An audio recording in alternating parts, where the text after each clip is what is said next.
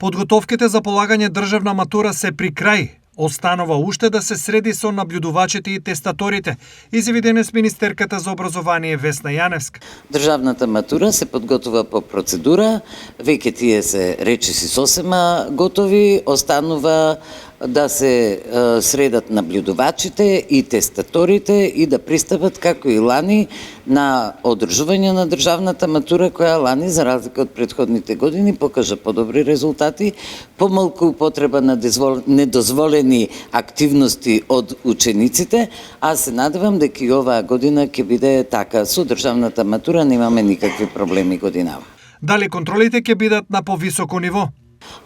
Контролите се по процедура предвидени, станува збор за интегритет на луѓето кои ги спроведуваат.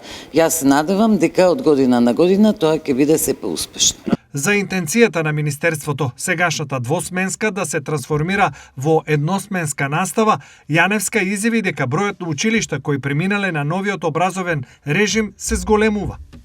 Дефинитивно расте бројот на школи кои ја аплицираат едностенската настава, при тоа расте и бројот и на школи кои се оптимизираат, што е одлична вест за нашата држава.